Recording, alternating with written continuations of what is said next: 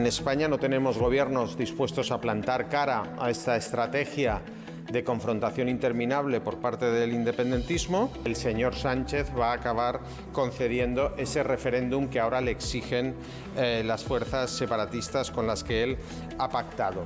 Que ya no es el procés, ahora ya es el proceso de Pedro Sánchez, porque tiene el mismo procedimiento antidemocrático, los mismos beneficiarios y el mismo relato de ataque a la oposición y a los jueces. Por eso es tan grave, porque antes lo hacía el separatismo, ahora lo hace el gobierno de España. Sánchez está dando un autogolpe a la democracia española desde el poder, desde el gobierno de España. Y Sánchez ya no es un presidente del gobierno, es que es un aprendiz de dictador. Sois unos valientes apoyando esta candidatura de David contra Goliat. Ara Ciutadans ha de sortir reforçat d'aquesta assemblea. No ens ubiquem ni a la dreta ni a l'esquerra, sinó a la liberaldemocràcia, al liberalisme reformista, liberalisme fins i tot progressista, si vostè ho vol dir així. Doncs ja ens acompanya a les 8 del matí, 34 minuts. Jordi Cañas, eurodiputat de Ciutadans, bon dia. Bon dia, com estàs? Benvingut. Després li preguntaré per aquestes al·lusions personals de la Neus, però primer li volia demanar una valoració del que està passant, del que ha passat a Brasil, tenint en compte que, a més, vostè és el president de la delegació de Mercosur, on està Brasil. Com valora tot el que ha passat en aquestes últimes hores? Pues con extrema preocupación, pero también con la satisfacción de que finalmente no ha habido una respuesta a las peticiones de aquellos que han asaltado los tres poderes democráticos brasileños de una intervención del ejército. Por lo tanto, preocupado por lo que ha sucedido, pero por otro lado también pues, con la tranquilidad de que finalmente, en este caso, la democracia brasileña, como pasó también en Estados Unidos, pues acabó imponiendo a aquellos que han querido violentarla. ¿Té alguna comparació el que ha passat a Brasil amb el que va succeir a Catalunya l'any 2017? Sí, totalmente. Bueno, yo de hecho, decían Cuca Gamarra, ¿no? Bueno, a veces el PP acierta también. Yo dije exactamente, no lo mismo, un poquito mejor, redactado, sin una coma, equívoca. Pero sí, sí, totalmente. Es decir, yo creo que uno tiene que asumir los costes de la democracia y defenderla. Y las democracias se defienden con la ley. Entonces, cuando uno desarma una democracia, como ha hecho Pedro Sánchez y sus socios, hay que advertirlo. O sea, en el Parlamento de Cataluña no se produjo un asalto en el 2018 porque los Mossos lo evitaron. Unos Mossos, por cierto, mal preparados para la contingencia, pero que finalmente hicieron muy bien su trabajo. Pero hubo un intento de asalto del Parlamento después de unas declaraciones del señor Quim Torra. Que no pasara no significa que no se intentó. A mí me preocupó que en Estados Unidos, en Washington, un grupo de exaltados entrasen en el templo de la democracia, que es el Capitolio, y no se pudiese parar. Y también me preocupó mucho que las imágenes de ayer, puesto que estaba más o menos anunciado. Entonces, cuando uno anuncia un hecho violento, que violenta la democracia, lo que tiene que hacer es evitarlo y después condenarlo, perseguirlo y condenarlo. Hay que evitarlo, en Cataluña se evitó. En Cataluña, después, algo parecido se condenó. Gràcies al paper dels Mossos d'Esquadra. Sí, claro, un papel con una extrema dificultad. Yo recuerdo, no sé, me sorprende no haber visto las imágenes de ese día, ¿no? Hemos visto las del Capitolio, pero no vimos la extrema violencia con la cual se quiso entrar en el Parlamento de Cataluña. Pero yo no hago estas analogías para barrer para casa, sino porque realmente las democracias están bajo asedio por aquellos que entienden que se puede violentar las decisiones democráticas violentando la ley. Y eso, yo siempre digo que algunos ven la ultraderecha en ojo ajeno, hay que verlo también en el propio. Porque aquí también tenemos una muy preocupante, que es aquella que entiende que se puede conseguir objetivos políticos violentando y saltando los procesos democráticos y la ley. I quina és aquesta extrema dreta que tenim a Cataluña? Bueno, pues aquí pues está clarísimo, los que se comportan como tal. O sea, porque al final lo de la extrema derecha... Bueno, la extrema derecha y la extrema izquierda, piensa usted que se parecen mucho, ¿eh? Es decir, históricamente. Podemos hacer un análisis, porque aquí siempre hablamos de la extrema derecha, extrema izquierda. Mire, en el Parlamento andaluz hubo un movimiento de rodea e intenta evitar la toma de posesión en su momento del primer gobierno del Partido Popular de Ciudadanos. Y acuérdense de rodea el Congreso, ¿no? Hubo diputados de Podemos activamente presentes en un acto de violencia simbólica, pero tampoco no únicamente simbólica, de intentar evitar la toma de posesión en su momento del señor Rajoy. Entonces, la extrema izquierda y la extrema derecha se parecen mucho en su iliberalismo y comportamientos antidemocráticos. Entonces, no solo es la extrema izquierda, es los extremos, los extremismos políticos, los populismos políticos que no creen realmente en la democracia liberal. Y digo en la democracia liberal. Lo que se parecen en sus comportamientos, y lo hemos visto en Estados Unidos, lo hemos visto en Brasil, y reducirlos todos solo a la extrema derecha creo que es un error. Por tanto, ¿cree que lo que ha ocurrido en Estados Unidos, en Brasil, podría ocurrir en nuestro país? Ah, no, claro. Mire, después de que pasara, yo cuando paso en Washington, dije, si esto pasa en Estados Unidos, puede pasar en cualquier sitio. Y sí, las democracias liberales están amenazadas en muchísimas partes, yo creo que en todo el mundo, pero en Europa también, claro que sí. Sí, sí. Jordi Cañas... Por eso hay que ser contundente. Y no hay que dejar de decir la verdad. Y lo repito, a mí me sorprende, anoche mismo, viendo algunos informativos, mire, aquí mismo, ¿no? Estados Unidos. Pues, ¿qué pasó aquí? Es que no tenemos imágenes del intento violento de asalto al Parlamento de Cataluña. Están borrados de las hemerotecas. No hay analogías. O sea, que si intenta asaltar un Parlamento en Brasil y en Estados Unidos, elude que pasara... Bueno, donde pasó primero fue aquí. Lo hemos visto en nuestros sitios, lo hemos visto en El Salvador, ¿no? O sea, asaltos a los parlamentos los hemos visto. En democracias liberales, pues permítame que asumiré mi error, ¿eh? Pero yo no lo recuerdo en mi vida política que pasara en un país democrático liberal un intento de asalto a un parlamento teledirigido por partidos políticos democráticos, presuntamente. Però el senyor Illa seguramente va aprovar los presupuestos de Pere Aragonès. Crec que sí que el farà, perquè aquests Navals semblava que s'aprovarien finalment i el Salvador Illa, de moment, doncs, no està donant el sí. Vostè, que coneix molt bé el PSC, quants anys va estar vostè al PSC? Molts, massa, poder no. Massa? No, que va, no, massa no. Jo tinc... Va ser una bona època, la seva al PSC? Boníssima, i tinc encara moltíssims amics allà i jo los aprecio mucho. La Neus Tomàs abans ha dit que vostè era segurament el polític més d'esquerres de Ciutadans. Bueno, yo ¿Sí? es que el ¿Sí concepto... reconeix? Yo me considero una persona muy progresista, sí. Sí, de izquierdas, no. Yo el concepto de izquierda-derecha hace ya mucho tiempo que salí de ese marco, que lo entiendo en el análisis simple, pero sí me considero una persona progresista. Pero bueno, considero que el PSC no lo es, porque yo creo que ser progresista significa defender la igualdad de todos los ciudadanos. Cuando alguien que se llama progresista entiende que ciudadanos de primera y de segunda, pues no es un partido progresista. Las siglas no determinan la cosa. O sea, Esquerra Republicana de Cataluña no es de Esquerra. Punto. Ya está, no pasa nada. Pero que tú te llames, no es que yo soy de Esquerra, ¿por qué? Porque me llamo Esquerra. Oiga, I per vostè Esquerra Republicana no és un partit d'esquerra? Pero por supuesto que no. És un partit de dretes? Sí, de derecha, aparte de derecha tradicionalista. Es una poco... Sí, estaría... Porque mire, fíjese. Claro, es que al final la izquierda... No, es que uno porque es de izquierdas hoy en día. A ver, analícelo usted. Porque creo en la igualdad, ¿no? Para mí, aquello que no defiende a uno realmente progresista es defender la igualdad de verdad, ¿no? Es decir, o sea, yo tengo que, como responsable político, tengo que ser capaz de proveer de aquellos instrumentos que limiten la desigualdad y que garanticen que todo el mundo tenga los mismos derechos y las mismas oportunidades, ¿no? Muy bien. Eso en Cataluña no ha existido en democracia nunca. Nunca. ¿Por qué? Porque tienen en su ADN... Su ADN es histórico, ¿eh? Su ADN es el de Estat català, su ADN es el de los 30, ¿eh? Que no simplemente se ha puesto chapa y pintura, pero en el fondo consideran que hay ciudadanos de primera y de segunda. Los de primera son ellos. Los de segunda, todos aquellos que no piensan como ellos. Y eso además en Cataluña es muy evidente en qué se diferencia. Y ellos lo aplican. Entonces, para mí eso automáticamente te elimina como un partido de izquierdas. Però bueno... Estàvem amb els pressupostos. Dóna per fet que Salvador Illa, que el PSC donarà suport a aquests pressupostos d'Aragonès? Pero es que a mí el PSC a cambio de que... Yo es que, mire, yo en la política, perdóneme, yo siempre he sido un poco rarito. O sea, a mí lo que me preocupa es a cambio de qué, ¿no? O sea, Esquerra ha conseguido unos presupuestos a cambio de modificar... que Ciudadanos apoyan, ¿no? Pero como podría ser Arroc, ampliación del aeropuerto... Permíteme. O sea, Esquerra Republicana ha apoyado los presupuestos del Partido Socialista Obrero Español en Madrid. ¿A cambio de qué? Básicamente, de hacer un código penal a medida de sus delincuentes. ¿Bien? ¿Eso es lógico? ¿Eso es lícito? Sí.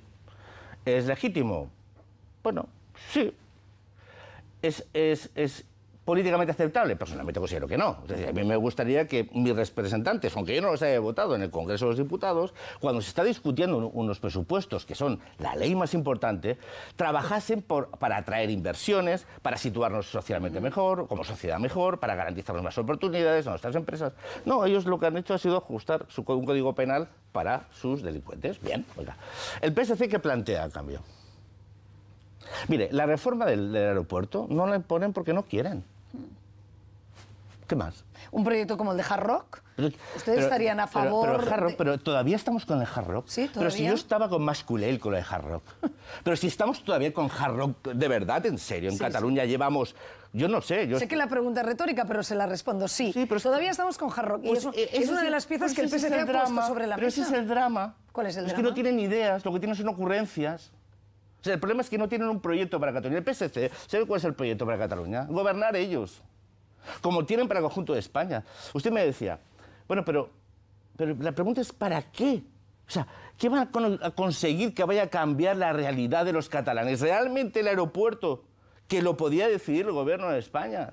No unilateralmente, sino pasando por encima de aquellos que quieren frenar una infraestructura clave para el futuro de Cataluña. Mire, si la Generalitat no quiere que se amplíe el Prat, yo soy el gobierno de España, digo, ¿cómo que no? Pero mañana mismo. ¿Pero qué es esto? Pero unos señores que ponen de presidente del puerto de Barcelona al señor Salvador. Pero de verdad tenemos que estar en manos de esta gente. Bueno, son los que han ganado las elecciones. Fenomenal, pero entonces, pues, repito, eso es legítimo, sí. Usted me va a frenar a mí una inversión que yo considero estratégica, no para Cataluña, sino para toda España y para toda Europa. Porque resulta que no les pongo AENA, no troceo AENA para que ellos controlen AENA como controlan el puerto de Barcelona. Pero si eso es lo que quiere Esquerra. Esquerra no tiene un modelo aeroportuario.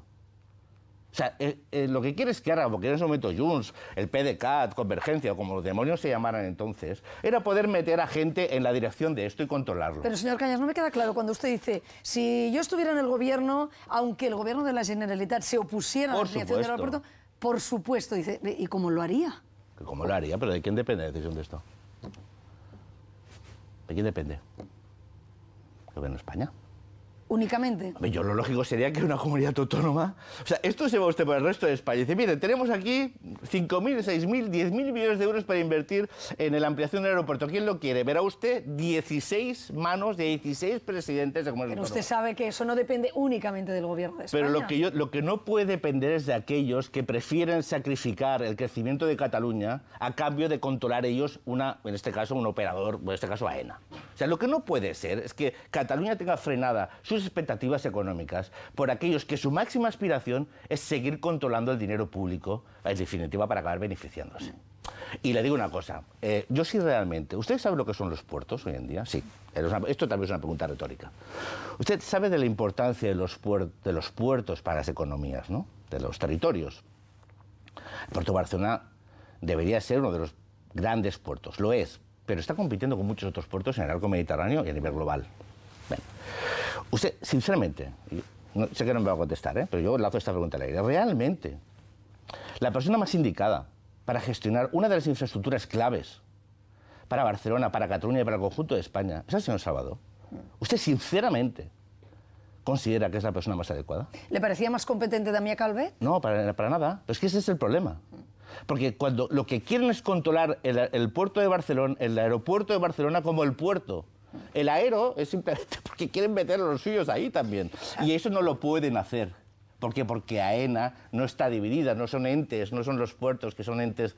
No, AENA es lo que a ellos no les gusta, porque está centralizada. Y está el señor ahora Maurici Lucena.